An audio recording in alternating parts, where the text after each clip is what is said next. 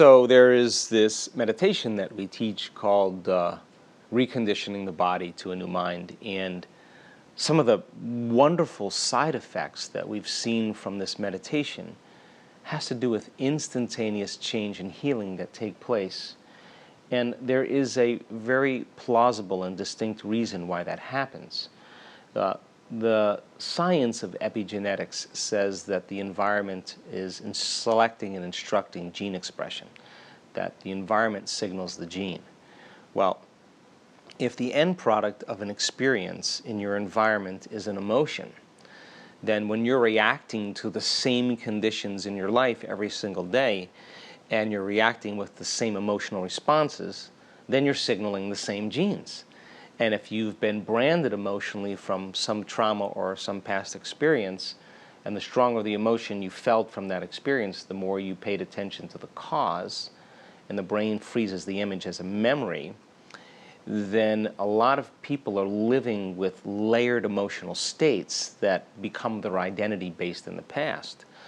So then if there are emotions that have been consistent and they're feeling the same every single day, and those emotions are influencing their thoughts, and those thoughts are creating the same feelings and emotions, then their gene expression will stay the same because they're in the same emotional state. So the body, as the unconscious mind, is believing it's living in that same past experience constantly, 24 hours a day, 7 days a week, 365 days a year. And over time then, what happens is the same selection and instruction of gene because of the same emotion, or living in the same familiar past or the predictable future, begins to cause the gene to make the same proteins, and proteins are responsible for the structure and function of the body, and the expression of proteins is the expression of life. So in a way then, how are we going to begin to change gene expression? Well, by the very same means, if you're thinking the same thoughts and making the same choices, demonstrating the same behaviors, creating the same experiences, and producing the same emotions, and you're not doing anything differently to create any new emotional states or any new experiences, behaving, changing your attitude in any way, by the same means, you're keeping the same genes regulated, same genes active, and the other genes inactive. So then the fundamental question is, if the environment signals the gene, and the end product of an experience in the environment is an emotion, is it possible then to signal the gene ahead of the environment?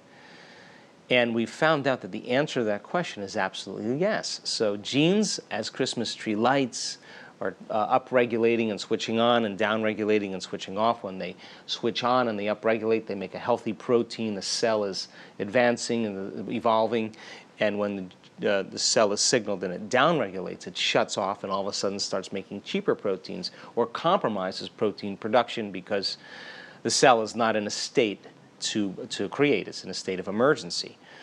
So then we do this meditation where we do a particular breath to begin to take latent energy that's stored in the body, that kundalini energy, and what we want to do is deliver it to the brain. We want to take a person's energy that's stored emotionally as anger, as frustration, as control, as judgment, as fear, anxiety, pain, guilt, shame. There's energy that's stored in the body because if the person keeps living by the same emotional state, over time they begin to condition the body emotionally to become the mind. So then there's got to be a way to pull the mind out of the body. So liberating energy by doing this breath is literally freeing the body from the chains of the past. Once we begin to liberate that energy, then now it's time to recondition the body to a new mind and to a new emotion. So think about it. If you have 1.5% of your genes that you express, the other 98.5% is junk DNA, is it possible then that the gene library is responsive to emotional states that have to do with nobility, that have to do with invincibility, that have to do with adventure, that have to do with the mind of the healer, miraculous?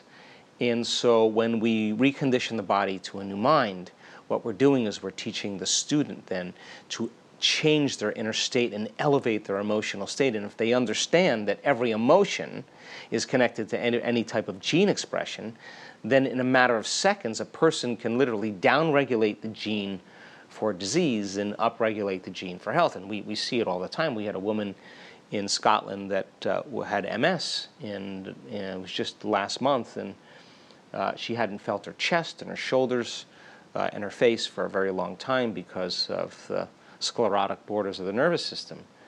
And in a matter of seconds after that meditation, she came out of that meditation, and all of a sudden she could feel her shoulders, she could feel her chest, she was able to have more facial expressions. In a matter of seconds, she upregulated the gene for health and downregulated the gene for MS. And I want to teach people at the workshop on how to do that.